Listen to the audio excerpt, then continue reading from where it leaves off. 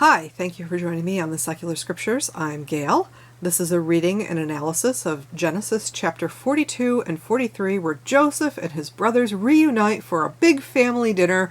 From the World English Bible, a free public domain translation of the Bible without which this study would not be possible because copyright matters, folks. If you just came for the reading and don't want to stick around for the discussion, too bad! You are captive at Joseph's table. Just kidding. You can do whatever you want. It's fine. But do stay for some history, literary analysis, comparative mythology, and conflicts, contradictions, and controversies. We're a little light on the controversies for this one. This is a secular Bible study, so please refrain from proselytizing over dinner or deceptively disguising your apologetics. I am not a biblical scholar, I just love these stories. Now, belly up to the brotherly table, pour yourself a beverage, and let's enjoy these tender morsels together. Genesis chapter 42. Now Jacob saw that there was grain in Egypt, and Jacob said to his sons, "Why do you look at one another?" He said, "Behold, I have heard that there is grain in Egypt. Go down there and buy for us from there, so that we may live and not die." Joseph's 10 brothers went down to buy grain from Egypt, but Jacob didn't send Benjamin, Joseph's brother, with his brothers, for he said, "Lest perhaps harm happen to him." The sons of Israel came to buy among those who came, for the famine was in the land of Canaan. Joseph was the governor over the land. It was he who sold to all the people of the land. Joseph's brothers came and bowed themselves down to him with their faces to the earth. Joseph saw his brothers, and he recognized them, but acted like a stranger to them and spoke roughly with them. He said to them, "Where did you come from?" They said, "From the land of Canaan to buy food." Joseph recognized his brothers, but they didn't recognize him. Joseph remembered the dreams which he dreamed about them and said to them, "You are spies. You have come to see the nakedness of the land." They said to him, "No, my lord, but your servants have come to buy food. We are all one man's sons. We are honest men. Your servants are not spies." He said to them, "No, but you have come to see the nakedness of the land."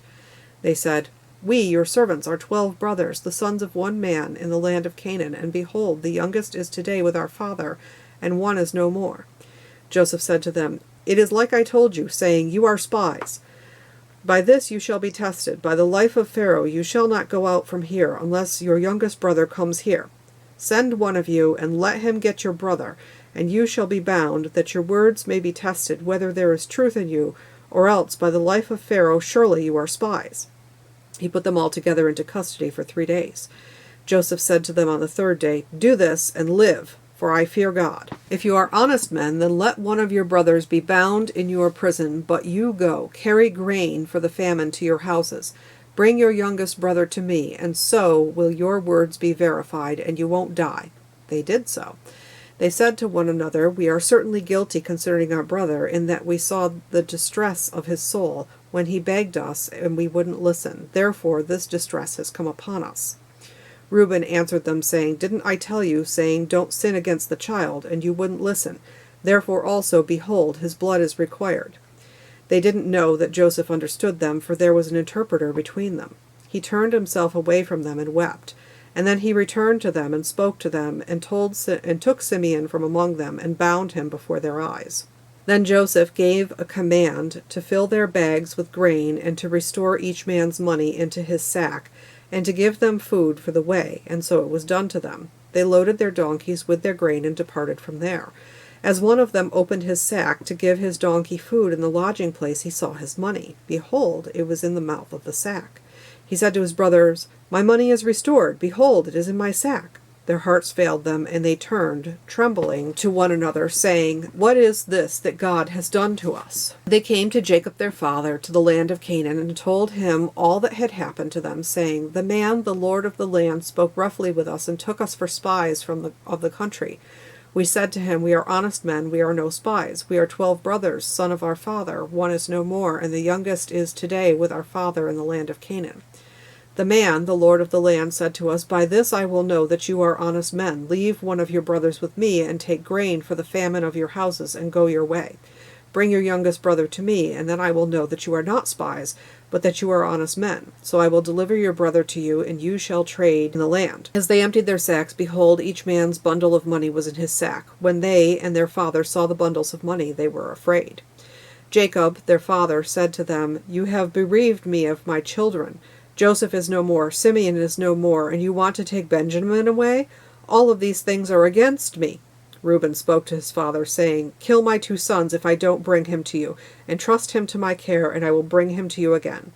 He said, My son shall not go down with you, for his brother is dead, and he only is left. If harm happens to him along the way in which you go, then you will bring down my gray hairs with sorrow to Sheol.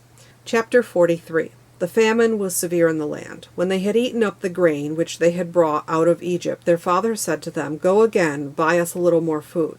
Judah spoke to him, saying, The man solemnly warned us, saying, You shall not see my face unless your brother is with you.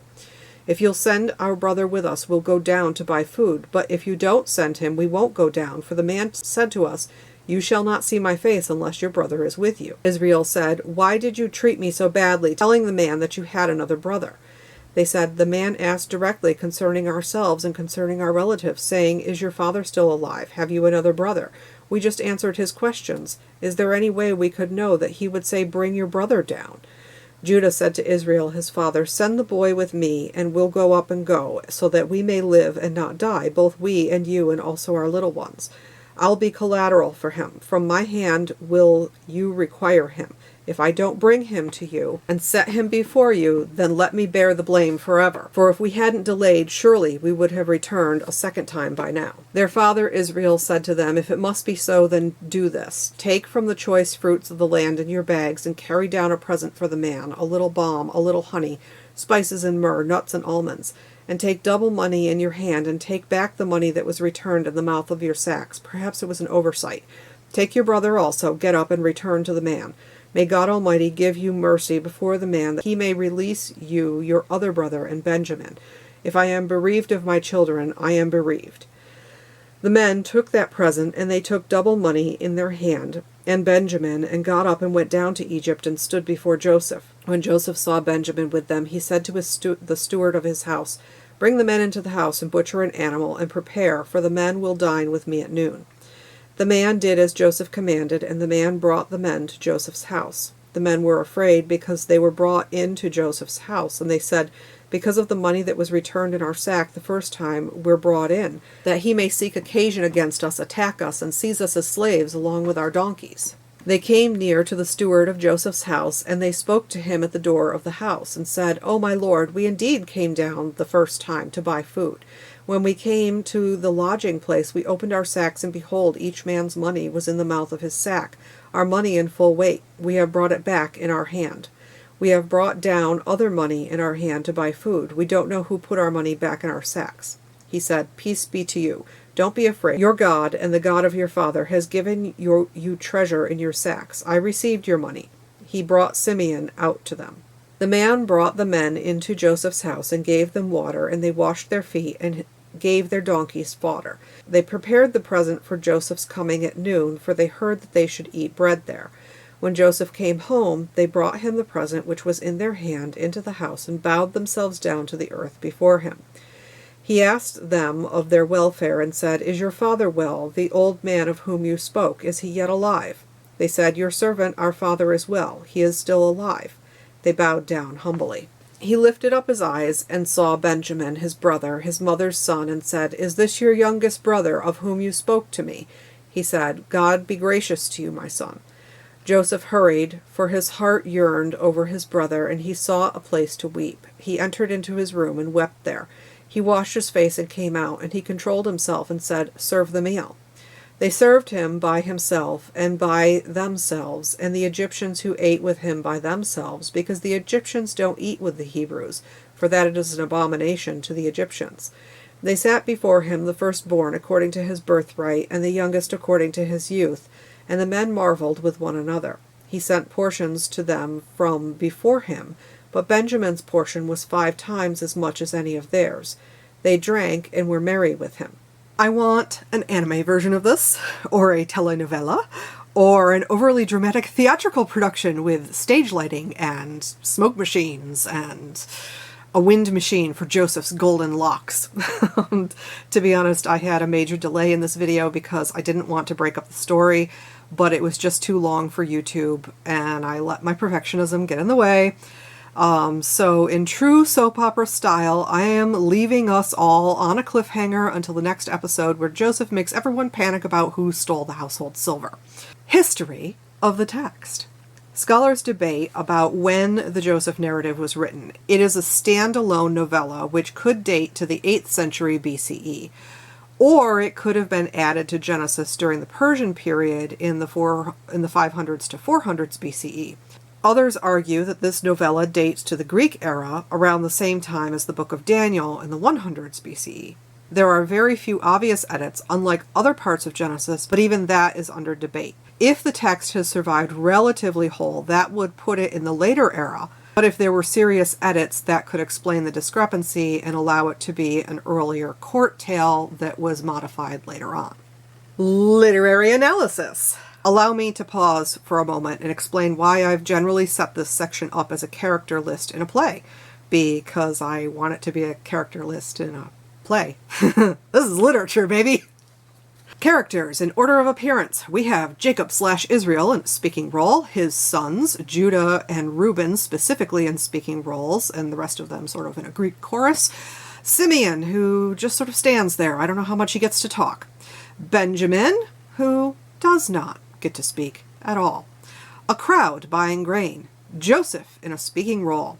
An interpreter, implied speaking role. Servants, donkeys. Joseph's steward in a speaking role. Setting. Our little tale takes place between Jacob/Israel's home in Canaan and Joseph's house in Egypt, with a granary and a lodging house in between. The story is set sometime during the Middle Kingdom of Egypt, probably between 1876 and 1600 BCE. Unfortunately, with this being set so long before it was written, it's really difficult to pinpoint an actual historic period. For a modern comparison, this is like a romance novel set in the Middle Ages without ever mentioning a specific country or ruler by name. We get the equivalent of long flowing gowns and knights on horseback, but not much else to go from. The literary tradition pulls from elements of real historic events, but bundles them together into a compressed narrative because this is a cultural tradition, not a history book. Point of view and style. The story is told in the third-person omniscient point of view in the prose narrative style, of course. As mentioned before, it is a distinct novella from the rest of Genesis. Plot summary. Famine hits Canaan because killing a bunch of people as a plot device is awesome. Jacob boots his sons out of their tents to go buy grain in Egypt, and Joseph clocks his brothers as spies, tosses the lot in jail, and decides to keep Simeon until they return with baby brother Benji. The grain doesn't last, and back they all trot. Jacob/Israel, having dramatically given up his sons to their fates, woe is him. And then there's an anxious banquet with more tidbits to Ben. To be continued. Literary devices. Tension! The brothers don't know what is about to happen to them.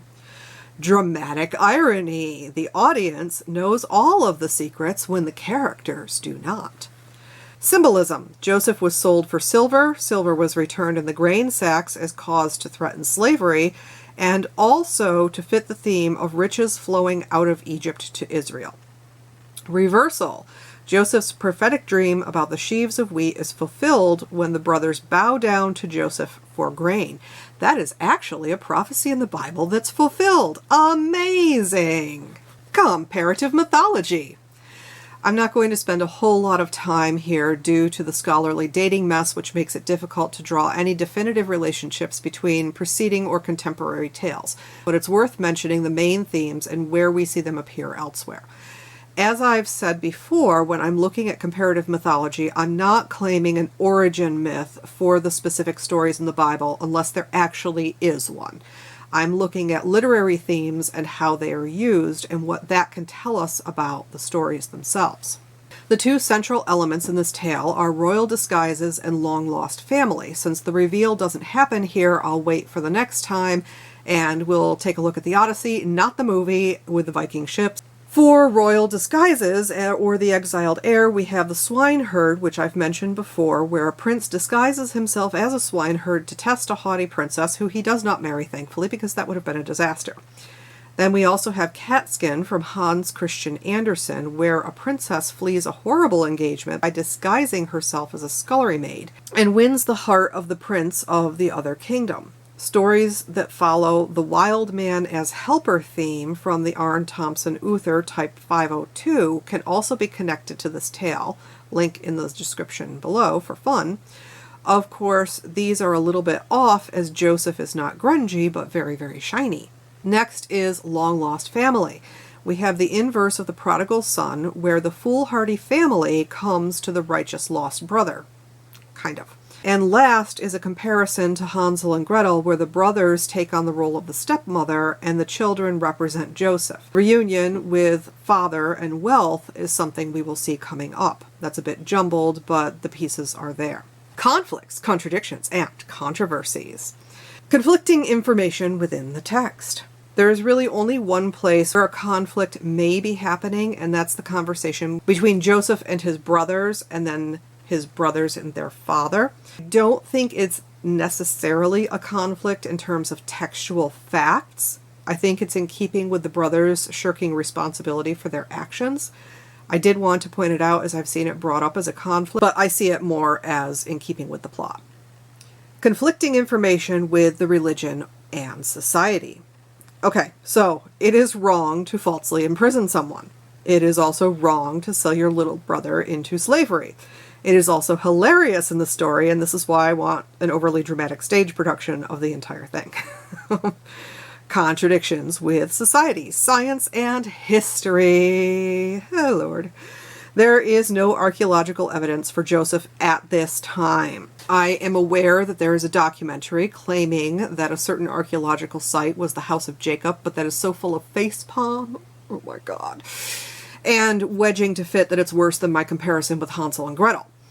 It is not considered credible, so I think we can safely toss it in the same bin as the Odyssey with Viking longships.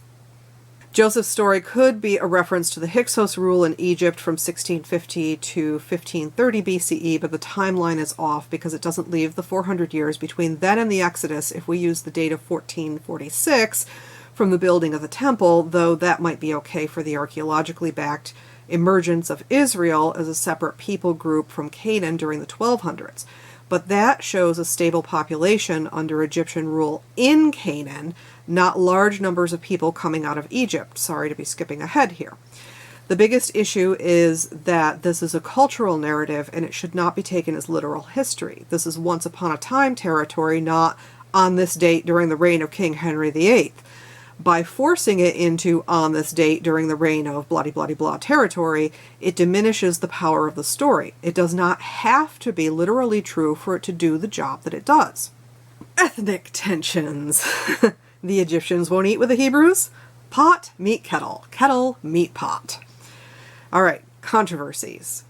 We're actually going to save this one for later when this whole tale is wrapped up. Hopefully that is not disappointing for you, dear viewers. There just isn't a whole lot going on here that I didn't talk about up above. Channel recommendations. I have a whole pile of them for you today. Yale Bible Study, Religion for Breakfast, Esoterica, Useful Charts, The Bible Project. Yes, they're religious, but they're still awesome.